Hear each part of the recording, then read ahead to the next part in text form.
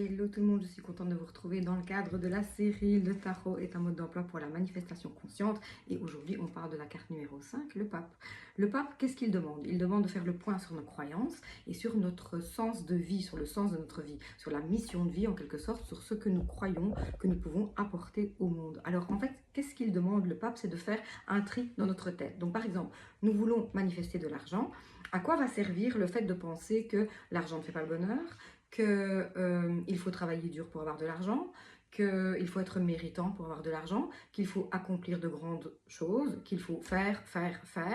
Et donc, est-ce que ça va nous servir? Est-ce que ça va nous servir à créer de l'argent facilement? Non, ça va toujours bloquer un petit peu la manifestation d'argent fluide et facile. Dans l'idée, l'argent peut arriver par n'importe quel biais. On n'est pas toujours obligé de savoir comment. Le comment n'est pas du tout notre job quand on est en train de manifester quelque chose. On a juste le besoin d'être dans la finalité, de nous voir avec cette fortune, de nous voir avec cette personne, de nous voir avec cette relation familiale, avec cette relation sociale, avec ce job, cet appartement, cette voiture. Notre job, c'est de nous voir dans la finalité, d'être la version de nous qui a déjà obtenu son désir. Et donc, le pape, quand on fait un petit tirage de soi à soi pour voir où on en est dans notre processus, il va nous dire, fais un peu le point sur ce qui est encore actif en toi. Qu'est-ce que tu crois encore comme vrai? Et si, par exemple, on a la tendance de se poser en victime, de dire, mais oui, mais les personnes honnêtes, les personnes sympas, sincères, elles sont toujours pénalisées, elles n'ont pas la relation de leurs rêves, elles ne sont pas considérées, elles ne sont pas respectées. On a l'air de dire c'est toujours les gens qui se comportent mal pour qui ça fonctionne et pas pour les gens bien. Et donc forcément, si on active ça, si on pense ça, et si c'est toujours actif en nous, ben forcément qu'on ne peut pas atteindre notre but parce qu'on est bloqué par ces anciens programmes qui sont toujours actifs en nous. Donc le pape nous demande de faire le tri dans notre tête, de surtout éliminer tout ce qui ne nous sert plus.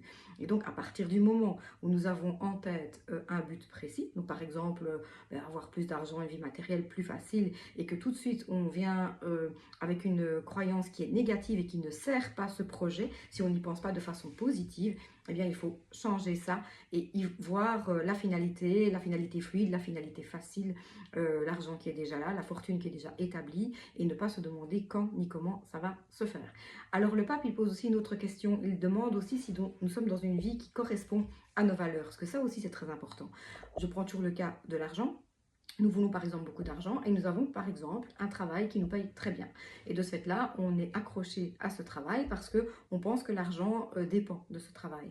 Or, le travail en question pourrait ne pas du tout être en accord avec nos valeurs. Et dans ce cas-là, le pape demande, est-ce que tu es vraiment à ta place? Est-ce que vraiment c'est ce que tu veux faire? Et je peux vous assurer que quand on n'est pas à sa place, quand on ne se sent pas aligné avec nos valeurs dans le travail que l'on fait 8 heures par jour, à un moment donné, ça craque. Il y a vraiment une dissonance qui est trop forte et ça craque. Et donc même si le but sous-jacent, c'est l'argent et que c'est ce qu'on veut faire, eh bien la manifestation va nous montrer qu'on peut le faire par un autre biais. On peut faire l'argent autrement. On peut faire l'argent sans devoir se trahir quelque part.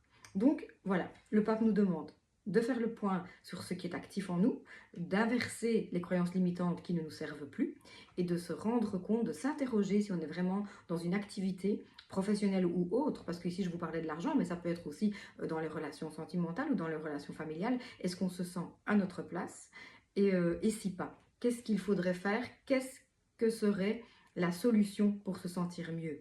Et quelle que soit la solution, imaginez qu'elle est déjà là, imaginez que c'est déjà fait et que vous êtes dans un bien-être total. Et c'est comme ça qu'on débloque la fluidité dans l'argent, dans les relations et dans tous les autres domaines de notre vie.